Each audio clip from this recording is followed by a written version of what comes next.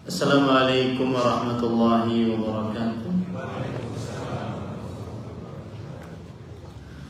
Bismillahirrahmanirrahim.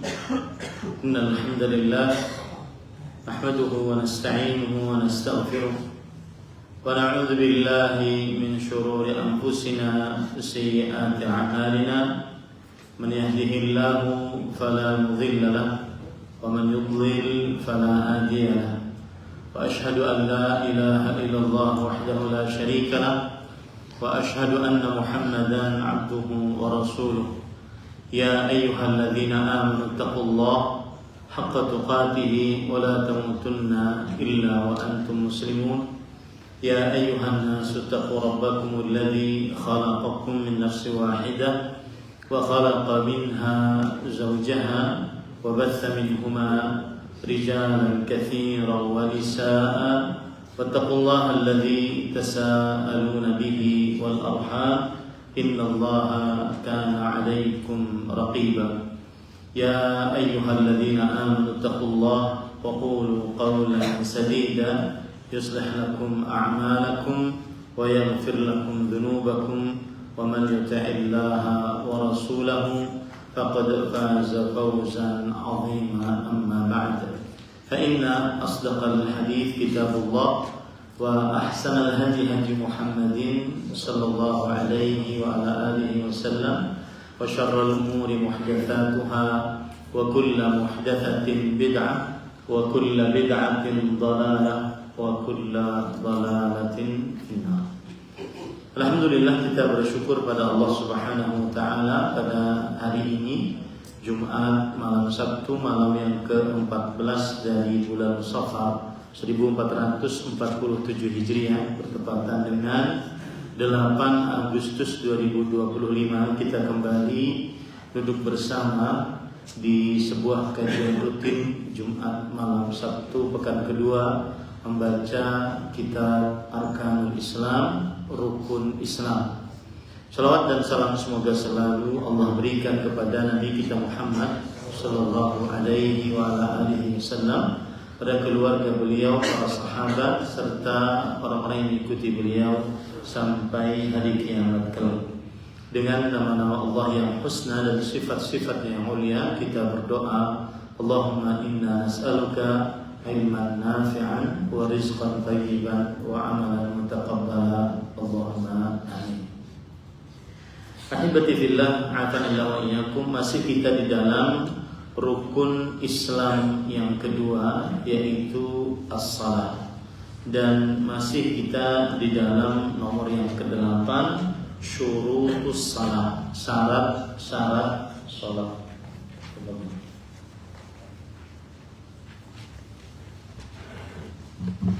Bismillahirrahmanirrahim. Wassalamualaikum warahmatullahi wabarakatuh. Poin ke-8 yaitu syarat-syarat salat. Yang pertama adalah beragama Islam, yang kedua berakal, yang ketiga balik, yang keempat telah masuk waktu salat, yang kelima berniat, yang keenam menghadap kiblat, yang ketujuh menutup aurat, dan batasan aurat bagi laki-laki adalah dari pusar sampai lutut. Sedangkan perempuan semua anggota badannya aurat kecuali muka dan telapak tangan pada waktu sholat. Syarat yang ke-8 adalah membersihkan badan, pakaian dan tempat sholat dari najis. Dan syarat yang ke-9 adalah membersihkan hadas kecil dengan berwudu dan hadas besar dengan menuju. Ahibati fillah, afanillahu iyyakum. Pada pertemuan sebelumnya kita sudah membahas sampai kepada syarat-syarat sholat. Dan kalau tidak salah ingat, kita sudah sampai membahas syarat sholat beragama Islam. Sudah kita bahas bahwa kita sudah sebutkan bahwa ini adalah syarat sahnya sholat. Jadi kalau kita berbicara syarat di dalam ilmu fikih, ada syarat wajib dan ada syarat sah.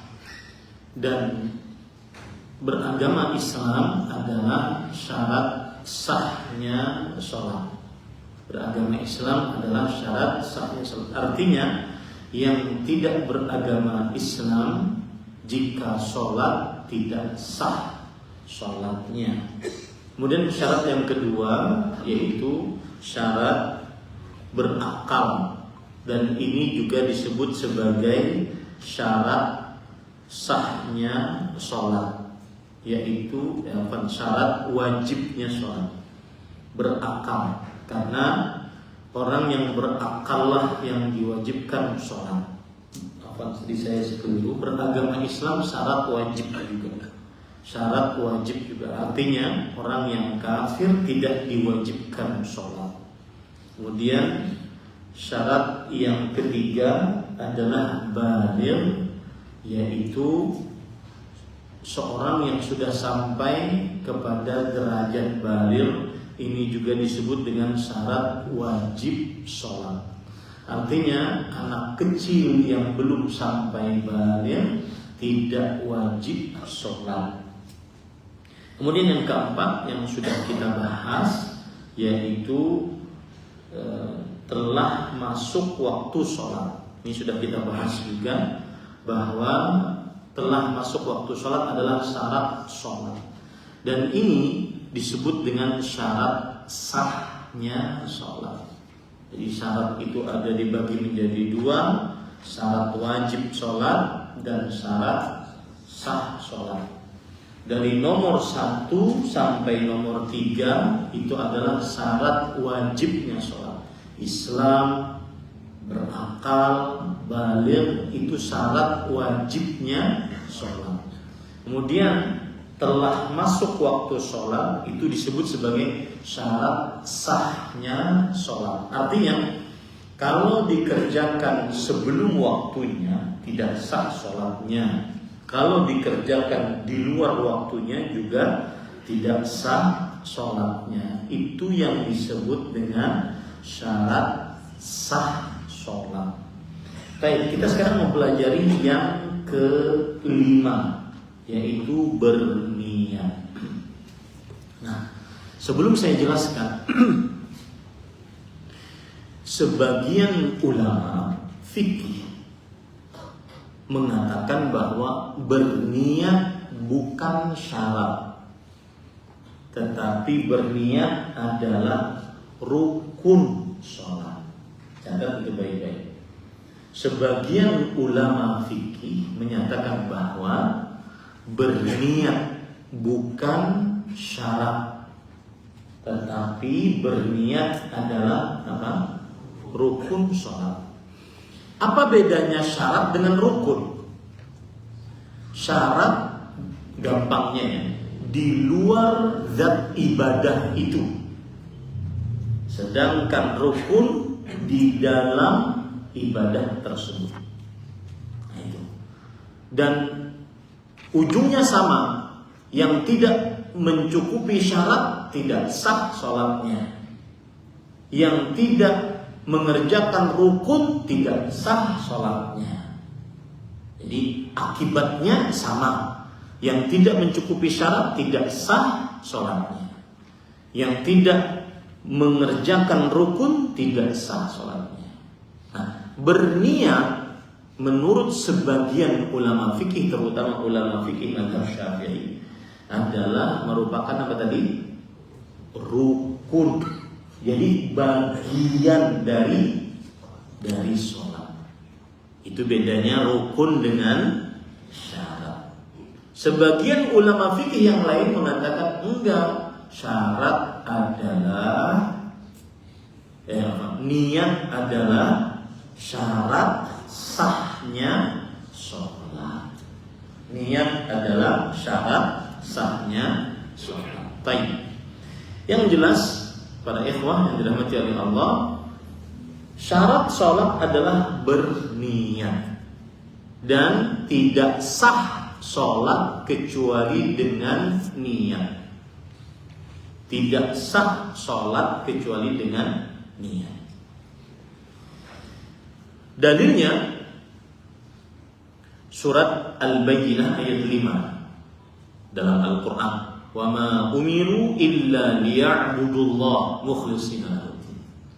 Tidaklah mereka diperintahkan kecuali supaya mereka beribadah kepada Allah dengan ikhlas. Ini niat. Tidaklah mereka diperintahkan kecuali supaya mereka beribadah kepada Allah dengan ikhlas. Itu disebut apa? Niat. Ya. Sisi pendalilannya, ikhlas adalah amalan qalbu dan itulah tempat niat. Sisi pendalilan bahwa syarat sahnya sholat adalah berniat, ikhlas adalah amalan qalbu dan niat tempatnya di qalbu. Adapun dalil dari hadis Rasul bahwa niat adalah syarat sahnya sholat, yaitu hadis riwayat Bukhari dan Muslim. Innamal a'malu binniyat wa innamal likulli imri'in ma nawa. Setiap amalan tergantung niat. Setiap amalan tergantung niat. Apa maksud setiap amalan tergantung niat? Setiap amalan sah atau tidak tergantung ada niat atau tidak. Itu maksudnya. Itu maksud hadis.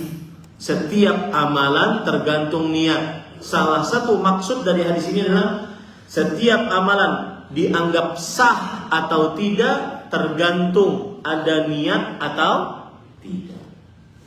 Saya beri contoh. Kalau ada orang takbir, kemudian bergerak seperti ruku, bergerak seperti iktidal, sujud, tapi tanpa niat, dianggap sah tidak sholatnya?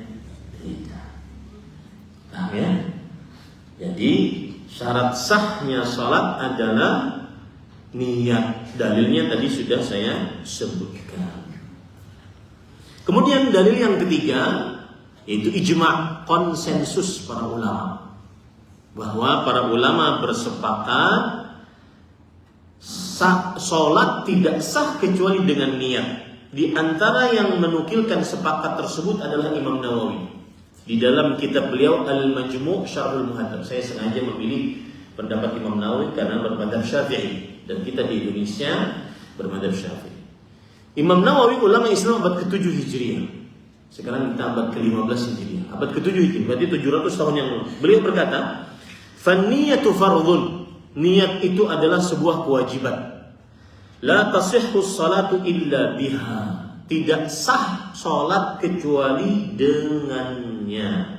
Tidak sah sholat kecuali dengannya. Ya. Kemudian Imam Nawawi juga mengatakan ijma'ul ulama ala anna sholata la tasihhu illa binniyah.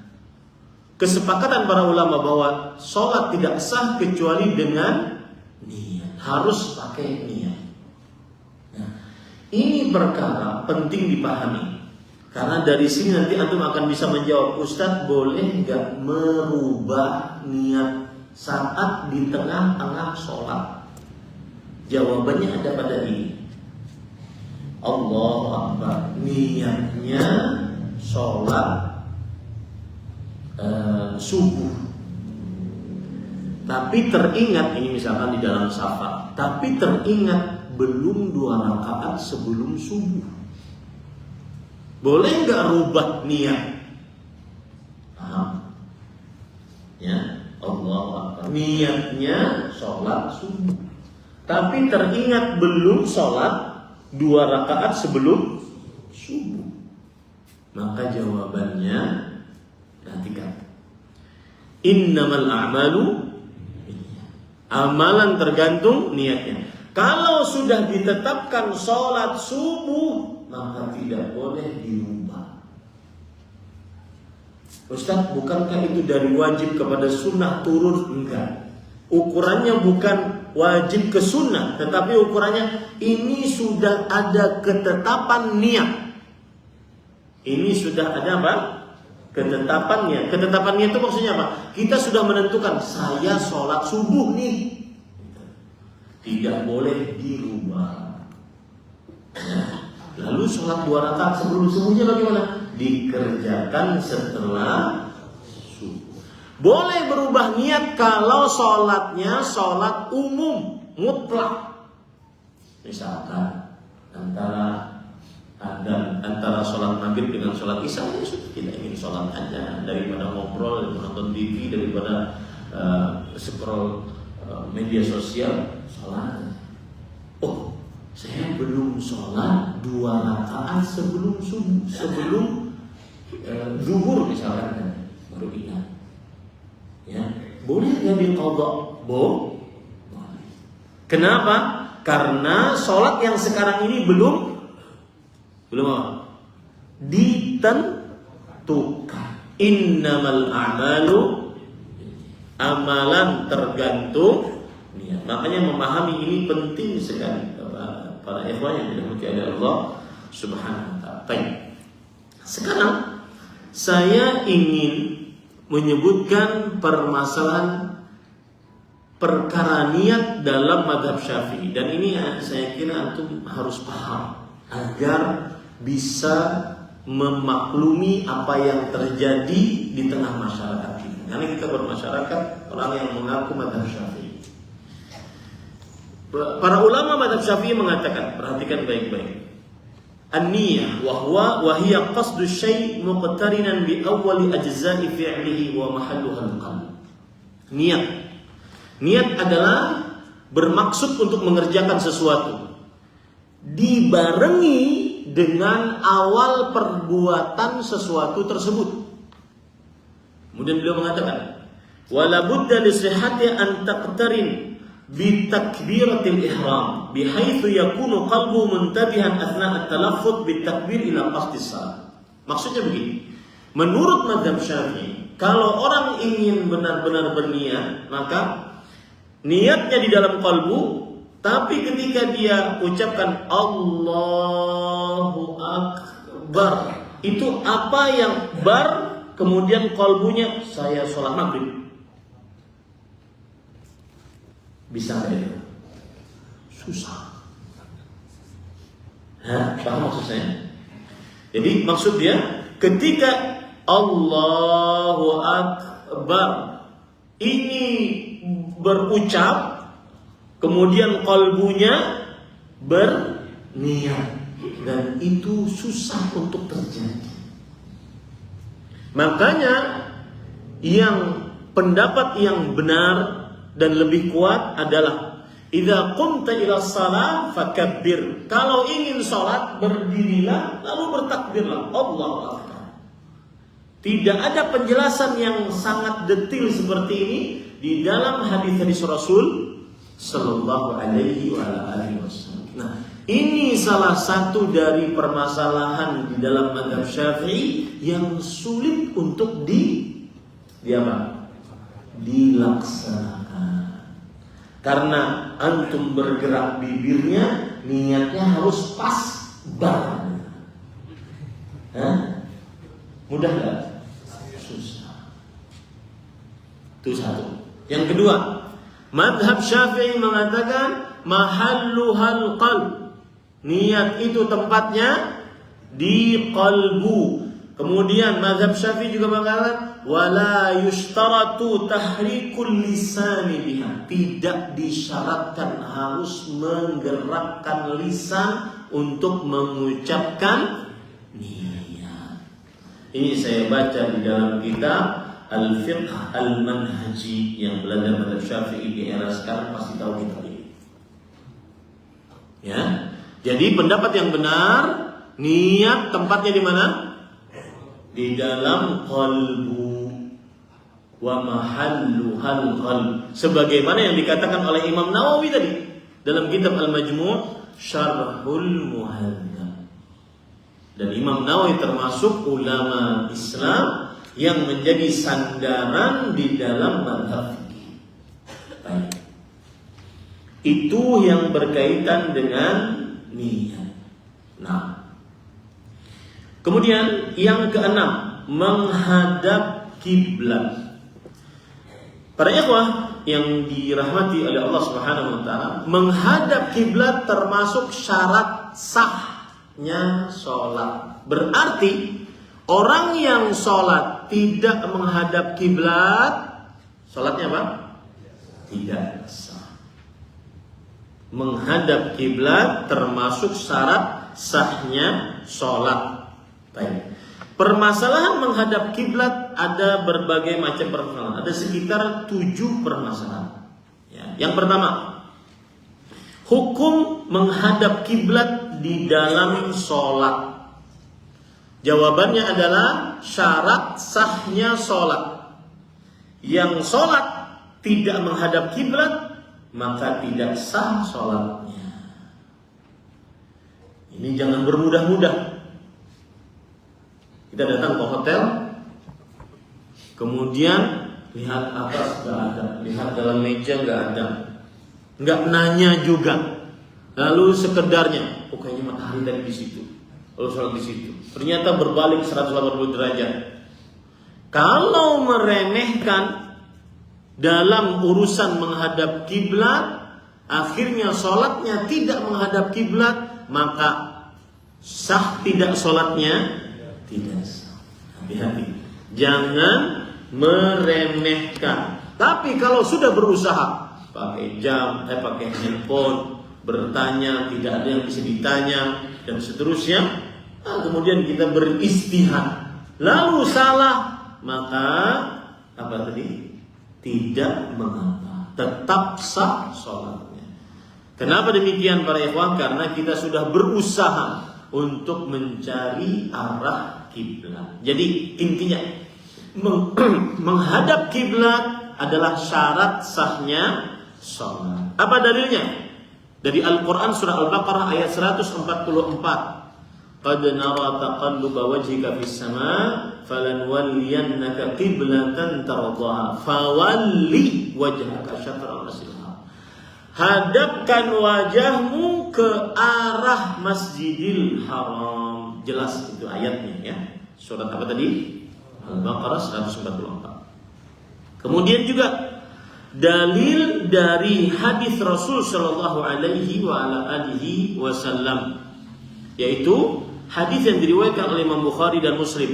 Abdullah bin Abbas radhiyallahu anhu bercerita, "Lamma dakhala an-nabiy sallallahu alaihi wasallam al-bait, da'a fi nawahihi kulliha wa lam yusalli hatta kharaja minhu. Falamma kharaja raka'a raka'ataini fi qubulil Ka'bah. Wa qala hadhihi al-qiblah." Ketika Rasul sallallahu alaihi wasallam masuk ke dalam Ka'bah, kemudian beliau berdoa di setiap sisi Ka'bah. Ini misalkan Hajar Aswad di sini, beliau doa di sini. Kemudian pintu Ka'bah di sini, sisi pintu Ka'bah di dalam beliau berdoa di sini. Sisi Hijr beliau berdoa di sini. Rukun Syam beliau berdoa di sini. Setiap dari sisi Ka'bah ketika beliau masuk ke dalam Ka'bah beliau berdoa. Kemudian cuma berdoa, tidak sholat. Beliau cuma berdoa, tidak sholat. Ketika beliau keluar baru beliau sholat 2 rakaat. Kemudian beliau berkata, ini adalah kiblat.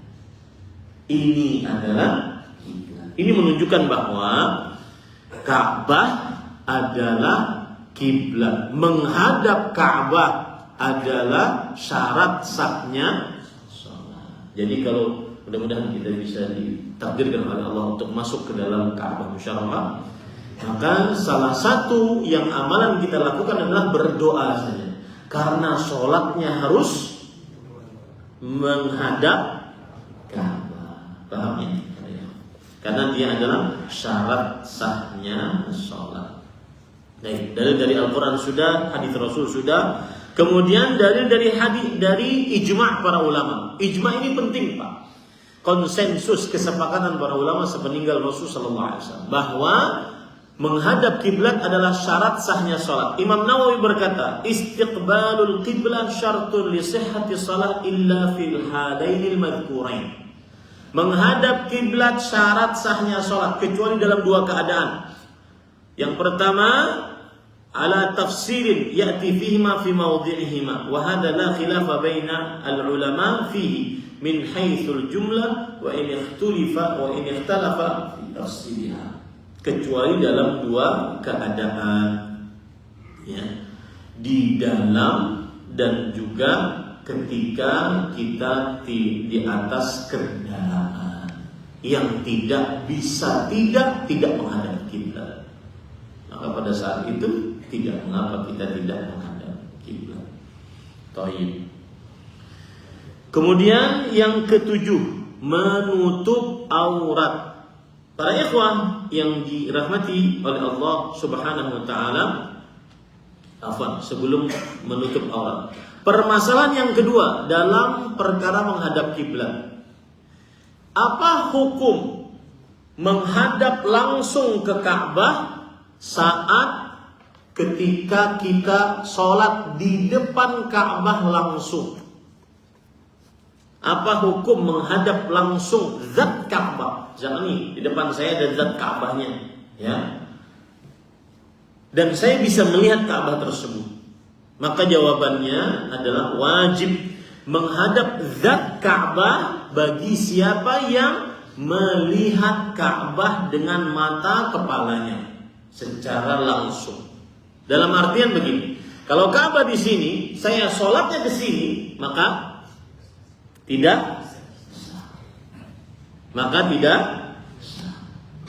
Nah, ini hati-hati para ikhwan yang dirahmati oleh Allah Subhanahu wa taala. Apa dalilnya? Tadi di surat Al-Baqarah ayat 194, "Fawalli wajhaka syatral masjidil haram. Fa haitsu ma kuntum fawallu wujuhakum syatral." Palingkan wajahmu ke arah Masjidil Haram. Kalau kita jauh seperti kita sekarang, kita jauh dari Ka'bah, maka tuntutannya adalah ke arah. Tapi kalau kita bisa melihat langsung dengan mata kepala kita Ka'bah tersebut, tuntutannya adalah langsung menghadap kepada zat Ka'bah tersebut. Dan ini hati-hati yang kadang-kadang sholat di luar Masjidil Haram, di halaman, di mall, harus perhatikan. Yang kalau seandainya masih bisa melihat Ka'bah, harus perhatikan ke arah Ka'bahnya. Nah,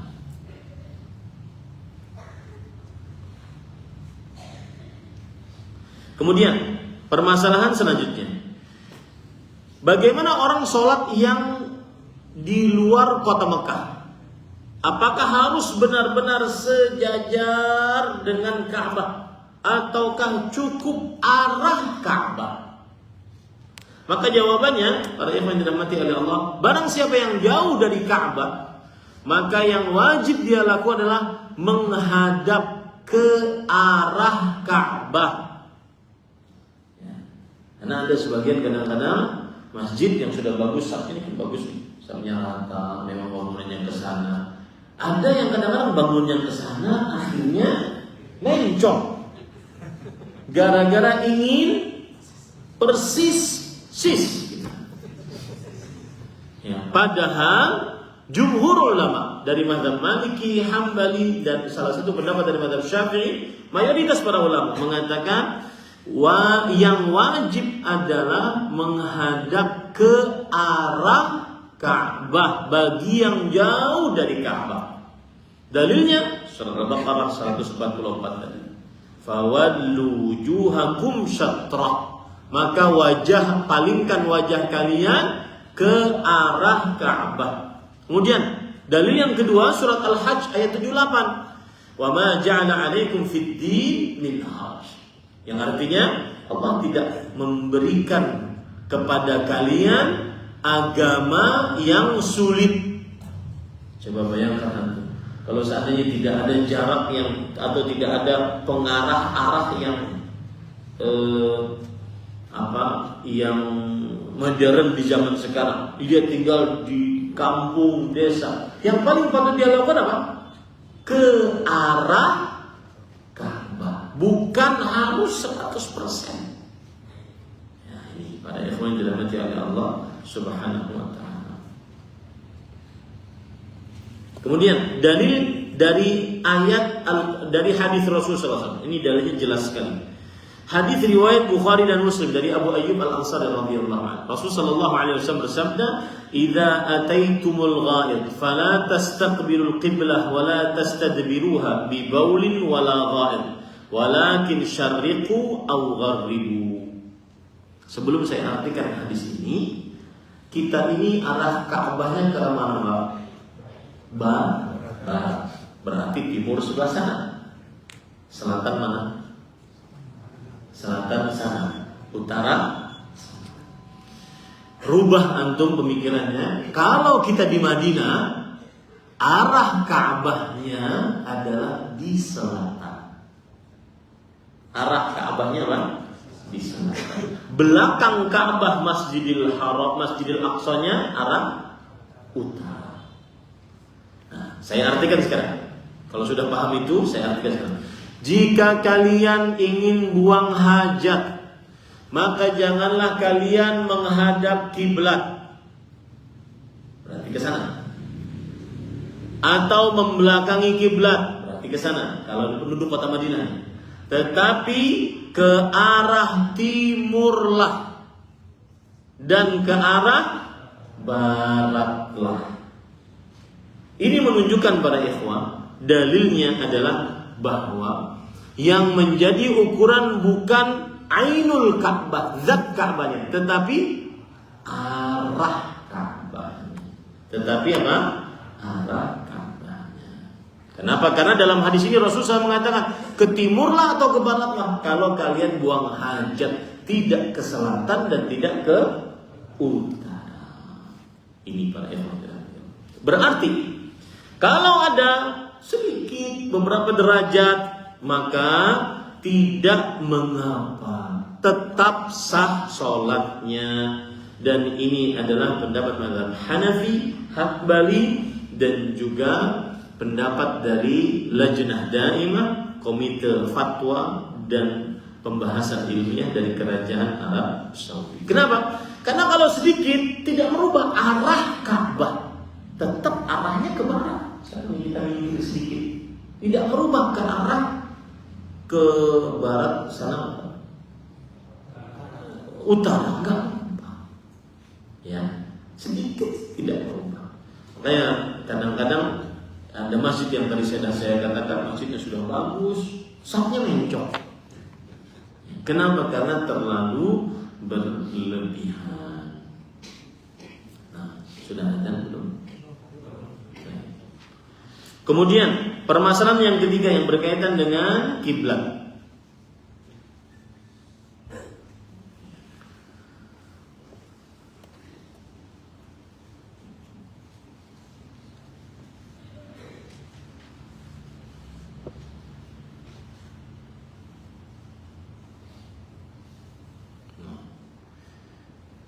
Permasalahan yang berkaitan dengan kiblat yaitu beristihad menentukan kiblat.